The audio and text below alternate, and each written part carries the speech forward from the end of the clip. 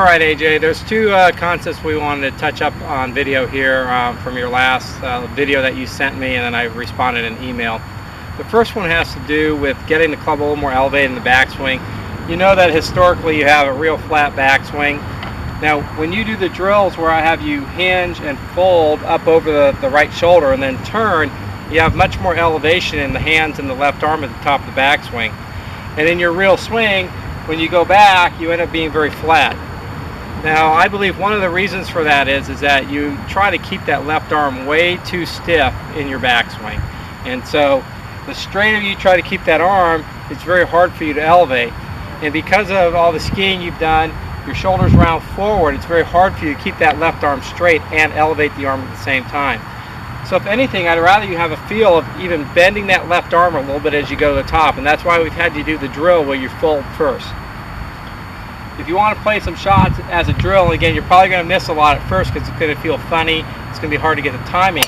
I want you to almost get the sense that you're just trying to literally fold that left arm up. Let that left arm break a little as you go to the top. And you may even feel like you have to break it early in the backswing. And then just go ahead and play some shots from there.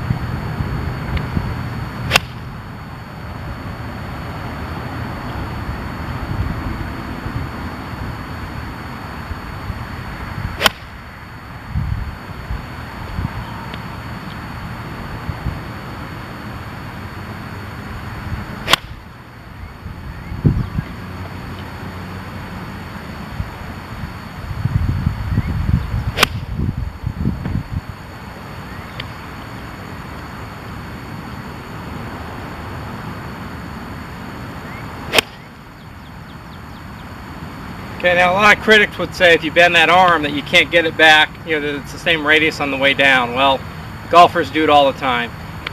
Keeping that left arm really straight doesn't guarantee you're going to have the same radius either, because your body can drop, dive forward, you can drop down, you can lift up. There's lots of things that can change the radius of that swing. I mean, I can stand here all day, fold my arms, and return that club right back down and brush that grass all day long. Again, it's an athletic activity.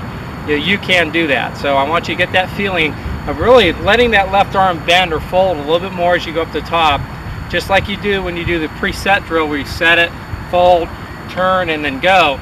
And we've seen in those swings that you actually have a lot more elevation. So let's let that arm fold a little more in the backswing. Sounds unconventional, but I want you to practice it, get it on video, and let's see what it does.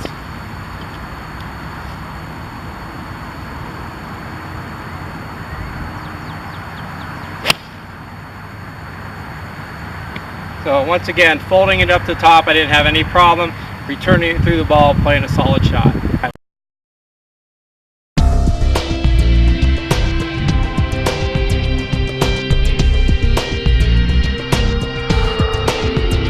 Okay, AJ, the next topic we talked about is getting that shaft to be traveling down the plane, tumbling down the plane, instead of having it drop under the plane or come on over the plane. And so what we've noticed in a lot of your swings, again, when they get real flat, is you tend to lay that club off, and you tend to get that club coming down with the shaft under the plane, right arm mirrored to the right side. The body returns at the impact, but you get a lot of those pushes when you do that. On your better swings we saw in the video, the shaft was actually more vertical, and as the shaft came down, it actually tumbled down the plane. It wasn't actually going outside the plane or laying off under the plane, it was actually tumbling down the plane. This is why in your baseball swings, when you did the baseball swings with your driver, it looked like that shaft was much more riding the plane instead of getting underneath the plane as it came back to the ball. Alright? So that looks a little bit more like this.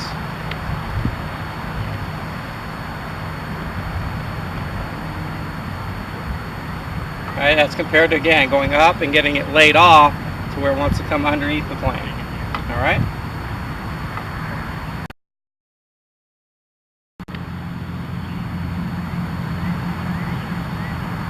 Okay, now let's take a look at what that is like with the drive.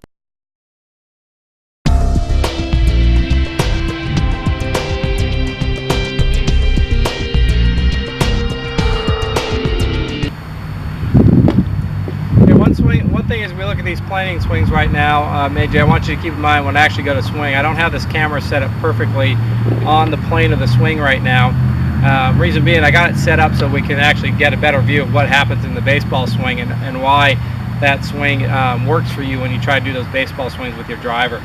So again, when you do your driver swing like the baseball swing, you see how level that shaft is. You can see that shaft is riding along that plane as it goes back and through. It doesn't go back, lay off, and then come from under the plane. It doesn't go back and then come over the plane. It actually rides the plane, you know, more back and through when you're making those rehearsal baseball swings that you've been doing. So, you know, in the full swing again, it's going to go up, and it's going to look like it's riding down the plane here, as compared to laying off and coming more under the plane.